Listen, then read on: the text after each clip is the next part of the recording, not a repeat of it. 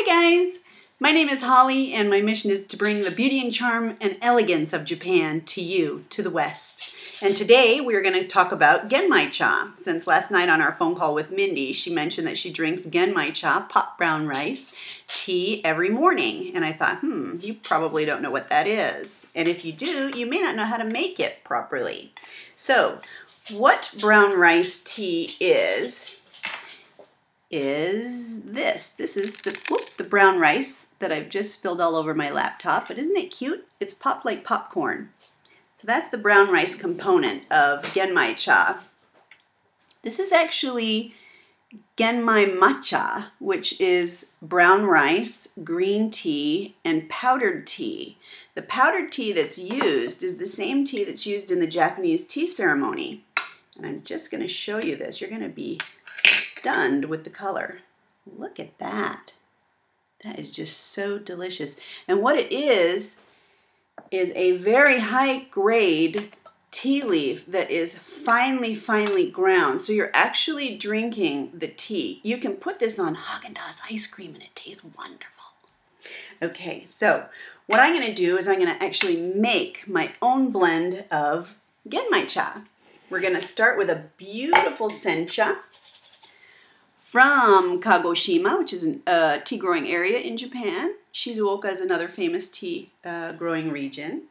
So I'm going to take a little bit of the sencha. I'm going to mix it with a little bit of the brown rice. I'm going to spike it with a dash of that matcha because that really brings the flavor out. So before I do that, though, I want to talk about the most important thing when making Japanese tea of any variety. It's the water type, temperature, and time. So think 3 T's for tea.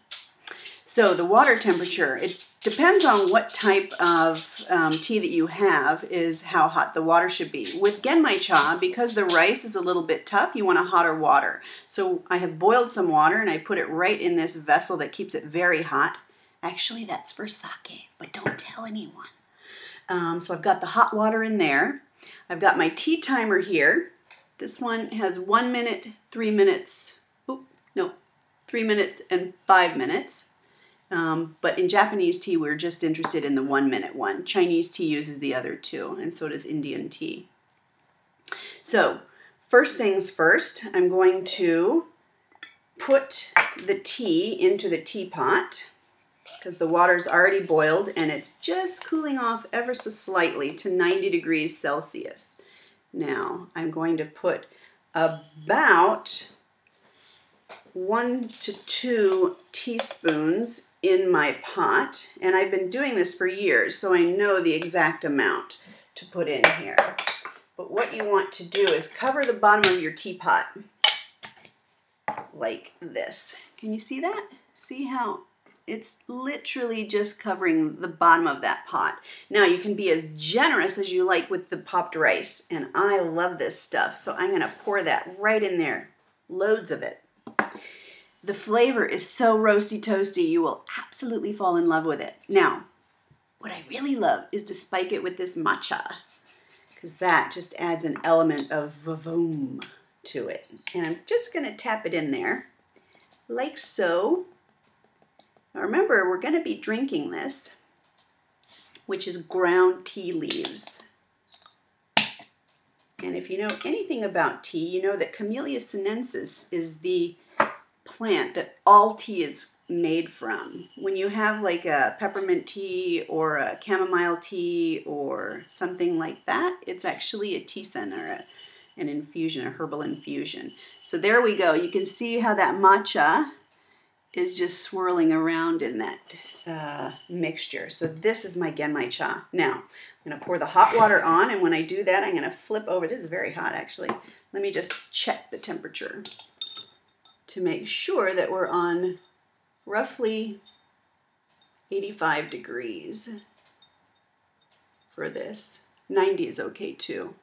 You just don't want to add boiling water to your tea. The other thing is, you want to make sure that your tea leaves dance in the pot. That's why bags aren't very good. Tea bags actually are the sweepings of the tea dust on the floor. So you're getting the lowest grade possible, just FYI. Okay, here we go. I'm going to pour this in and flip this over. Ooh, it's very hot. Here we go. Okay. Woo, hot. Put the lid on, and that is steeping for 1 minute. Oh, you can really smell that rice coming to the surface. Woo, love it. This is dedicated to Mindy. And I know that you really get your soul warmed when you have this tea. The whole house starts smelling just roasty toasty. Now what I'm going to do is prepare to strain it. And the important thing about Japanese tea is you want to strain all of it, because if you leave any of the water into the tea, it's going to make it bitter. And that's one thing that we don't want, is bitter green tea. So how are we doing on time? Oop, nearly there. And you can make 2 steepings out of this. The second steeping is going to be very, very mild in this case, because you're drinking off the matcha, so the matcha will be in the first steeping. And the second steeping, you literally pour the water on and off. Now with this first steeping, I want you to pour it for 30 seconds because it's still infusing. And you pour all of it into your teapot. Oh my gosh, I can't wait to try this. Woo, look at that. Oh, yummy. I wish you could smell what I'm smelling. It is just divine. Okay, you want absolutely all the tea out, and you don't want to shake it either. If you shake your teapot when you're doing this to get all the water out, you're going to make it bitter. And we don't want bitter tea, do we?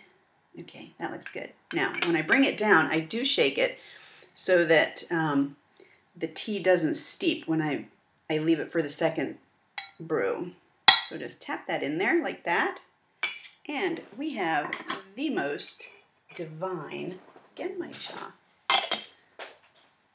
Have a look at this.